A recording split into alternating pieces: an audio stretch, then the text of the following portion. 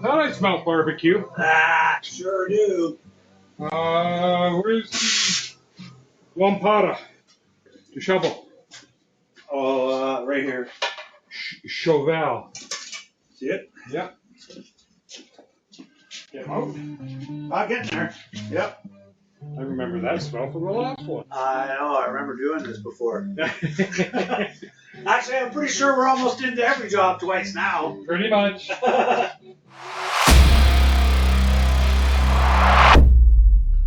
Welcome to the channel and a very late video I'm getting to. It has been absolutely the busiest couple of weeks, the past weeks, and some very unforeseen things have happened. We've had a couple of really good strokes of luck when it comes to a couple of parts. Oddly enough, the Fairlane got a little boost this week. The Mercury got a couple of new parts as of yesterday, and even the Dually got some unexpected parts, and it's just been the luck of running into the right people at the right time, and I will definitely have to fill you in. So I will apologize that the majority of this video is like a version of show and tell, but we've had a lot of progress this week, actually. As you saw from the intro, it wasn't a fire. It was just a matter of burning bushings. It's bushings out of the A-arms. It's like old school bus stuff for me anyways. I don't know if anybody's tried to get the bushings out of A-arms, but this is the way we used to do it on the buses. If you are careful with the torch, you can just put a little nip into the collar.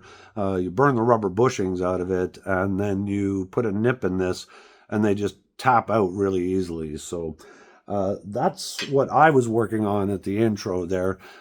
Tim and I were very busy stripping all the remainder of the pieces. We got all the diff completely disassembled. There's nothing left on the frame anymore at all. I'm going to flip it around so you can have a look. But as we were getting everything stripped, we had hooked up the parts washer again so we could get all the oil and grease off the parts, and then we just kept feeding Mitch. So we were sort of on the alert, in and out of the garage, keeping an eye on Mitch, keep him fed with sand. And we have the Sandblaster dialed in, and I have to give this one to the boys because I was working in the garage when they decided to mess around with a new regulator and a new water separator, and they have that thing running really efficiently now. So the amount of sand that it's consuming is much less now, and it's running at 40% or 40 pounds pressure, with the gas-powered compressor, which honestly, I was not confident that it could do, but it had no trouble running 40 PSI at about 14.5 CFM, which seems to be a real magic spot when you cut back on the amount of sand that's coming out of the system. And this is where I say, I got to give this one to Tim. I totally owe him a beer because he was confident this could be made to work, and he was 100% right. So Mitch got lots of blasting done. I'm going to throw in right now a little clip. After all the parts were blasted and ready, we've been trying to get them painted immediately so that they won't rust any further. And there's quite a number of parts you see painted. Some of the things where there's not the second piece there has resulted in us. The blasting kind of revealed some of the defects and things that were less noticeable. Well, here, I'm going to flip this so I can show you because it's easier. So the other valve cover was quite good, but you can see here and right here where it suffered some damage that we need to straighten out on this valve cover. So that is definitely our plan, to do a little hammer and dolly work. I don't know how well it'll show up on this, but it's like the lid of this breather got dropped at some point, and there's a flattened out area right there. Yeah, it's even got a little bit of a mushrooming. So the bottom piece was good, at least I thought so. And then let's see if I can bring it in. There is a dent right here that has to be tended to. So I'm going to see if we can get inside the snorkel and get that repaired. It is in epoxy primer, but that can also be hit again. So again, we couldn't really see these things until it was actually blasted and down to bare metal. Now, the real big one that I really wasn't aware of so much until we saw this, here's the original driver's side inner fender, and this is the one that Mitch got all blasted.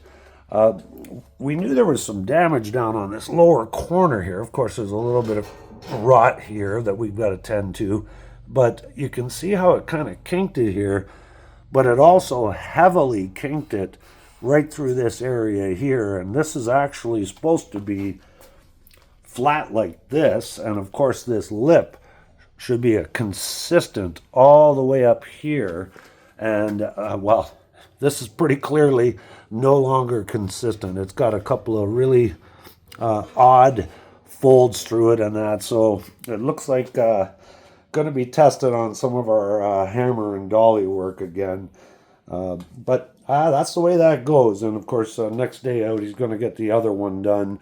That just needs some minor grind work on the last of the welds, and that one is actually quite good. While I'm on these parts, it's kind of nice when you can do some of the things yourself. So decided to do a quick trial. Of course, this breather is going to get painted gold, and then the idea was to have our own sort of custom decal for the top of the breather. Got to do a little bit of fixing on Hermes there, but it seems to be a pretty good fit. And then, of course, you're seeing the black, but then the white will all be gone, and that will be the gold color painted on top of the breather, completely revealed through it. So that's sort of a test number one, and we think it might look pretty good on there, actually. So here's the differential. You can see the backing plates are off of it. We got all the lines off of it. We got the vent hose off of it. We got the flex line off of it. And this is probably how we're going to blast it first, because it's all protected now through here with the backing plate out of the way. Be able to cover the majority of that, and we're going to be putting all new bearings in the rear end anyways, so that is prepped, and this is a bit of a mess, but there's nothing left on the frame anymore. So let's go to a quick show and tell. We did actually get some new parts in. Now, they're not a perfect match to these, excuse me, but the sill plates off our car were obviously destroyed and heavily corroded. The only ones that you can buy that are available are these ones. They're a hair different, but of course, well, here's the decals that you buy that go with them. Again, not perfectly identical to what we had in the car, but definitely very nice pieces. And I've mentioned a few times that you really got to stay on top of this stuff. I have been looking for these for 10 months, and they only just came available, so I got them in right away, because you just never know when they're going to be available again. So that's kind of the show and tell of what we got here. For starters on the Mercury, but it's been a really good week, a couple of good days in blasting. It's moving much faster now that the blaster is functioning the way it should be. Again, I got to give a hats off to the boys, because they're the ones that figured out how to get the blaster working really efficiently. So that's a good thing. Now, this was a real surprise. Who'd have ever thought that there was somebody only living a few towns away from us who has a 63 Mercury Monterey two-door hardtop and a 62 Ford Fairlane. It's a four-door, but it's still a 62 Ford Fairlane, which is, I mean, of course, we've got a pair of those here as well. And the likelihood that somebody only a few towns away had one or has those was very low, I'm sure. And anyways, he contacted me through Marketplace, because we're obviously selling some of the parts we don't need. And we had a rad support he was looking for the Monterey. So he messaged me and said, you interested in a bit of a trade? And I said, well, I don't know. What kind of a trade are we talking about? And no kidding. I'll throw in this little clip I made because it's truly amazing. He had this bumper for the fair lane for the front that was perfectly straight. It's not in perfect condition, but it also had the signal lights and the brackets in the back. And I gotta tell you, like, we were not planning on using an original bumper because didn't actually think we would even find one. But now that perfectly shaped bumper on the front of that car really kind of shows the way the front of the car may be. So we're definitely in a discussion about possibly leaving the front end of the Fairlane looking Fairlane and only modifying the back of the car. But of course, that's a ways away. It's just a car that we talk about often when we're having break and some of the plans we have for the car. But so that was really a good bonus for the week.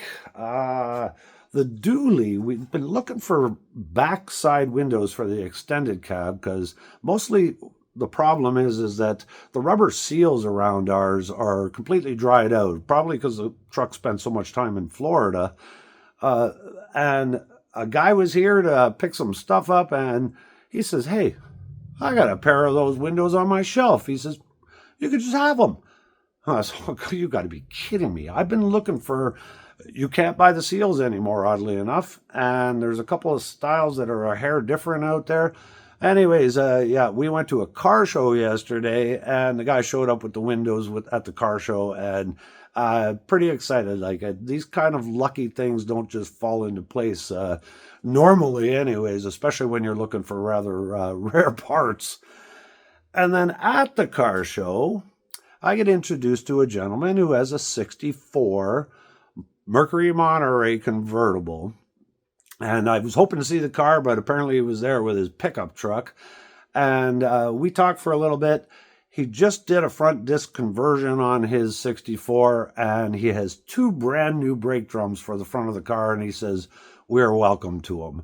I mean, talk about a stroke of luck. So 2 of the brake drums we need for our project, we're going to get, and the gentleman is local to us. So that was the other stroke of absolute luck that we've had in the past 2 weeks. I consider it luck anyways. So, all right. I believe that is the majority. I had to actually write this down because I'm just so tired. It was like, there's no way I'm going to remember everything I'm supposed to say. So I got to put this down and put it on a stand because I can't do the other part. Of course, I promised you a t-shirt draw, and we're going to give a couple of t-shirts away. And we got everybody on the wheel. I'm just going to put this down so I can get the wheel out. Okay, so I'm back with the wheel. Of course, everybody who participated in the draw is on the wheel. Everybody who commented, Merc Day was in the last video, of course. I have no idea what happened. Everything just went really dark. And one name was added because he said he tried 25 times to participate in the draw and it wouldn't take it. So he contacted me personally, and you're on there also, Richie. So I also want to say welcome. I know a couple of new subscribers came from the Thorold South Car Show we were at yesterday. So welcome to the channel, and I will be getting the car show footage up for sure in the next video. There was some incredible cars there at the show. There was amazing people. We met so many nice people at this car show. It was probably one of my favorite ones in a long time, and that was actually our first car show this year. So it was also nice to get the Can-Am out, and so it was a great day. So first t-shirt we're going to give away is going to be, I'm spinning the wheel, and then we'll see who the winner is if it works. So let's keep it all fair and dandy. So the first winner is Jackson. Well, congratulations, Jackson. You are the first winner of a shirt. Jackson is actually a good friend of my little brother's. And congratulations, Jackson. Glad to see that somebody's keeping the local name around here. Okay, so he has been removed from the wheel. And here is your next winner will be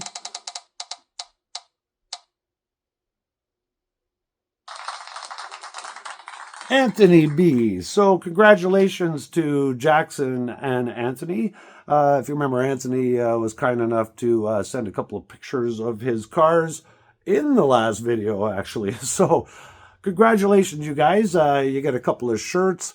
I may throw in one more design as an option. Tom was kind enough to show up here with this really cool design on his shirt.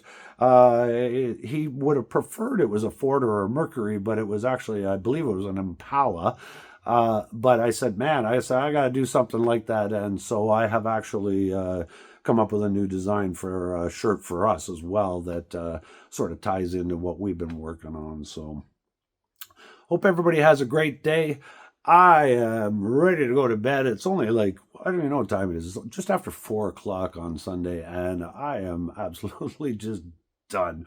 So we will be all back at it this week. The boys and I will be hammering on more stuff.